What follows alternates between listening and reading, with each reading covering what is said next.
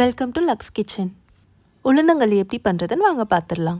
Medium சைஸில் இந்த மாதிரி ஒரு டம்ளர் எடுத்துக்கலாம்.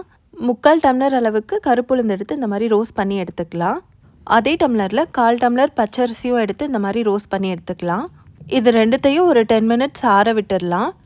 இது நல்லா ஆறினதுக்கப்புறம் ஒரு மிக்சர் ஜாரில் போட்டு 3 ஏலக்காய், சின்ன துண்டு சுக்கு சேர்த்து பவுடர் பண்ணி எடுத்து வச்சிடலாம்.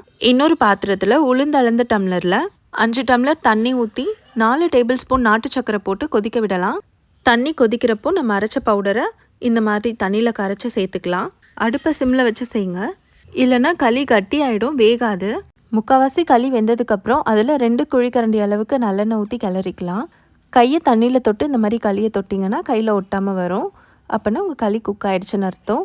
அவ்வளோதாங்க, ஹெல்த்தியான உளுந்தங்களி ரெடி ஆகிடுச்சுங்க. சுட சுட களியில் நல்லெண்ணெயோ நாட்டு சர்க்கரையோ சேர்த்து சாப்பிட்டோன்னு வைங்களேன், சும்மா அட்டகாசமாக இருக்கும். வீட்டில் செஞ்சு பார்த்துட்டு எப்படி இருக்குன்னு கமெண்ட் பண்ணுங்கள். அப்படியே வீடியோக்கு ஒரு லைக்கை தட்டிட்டு மறக்காமல் ஷேர் பண்ணிவிடுங்க. பபாய்.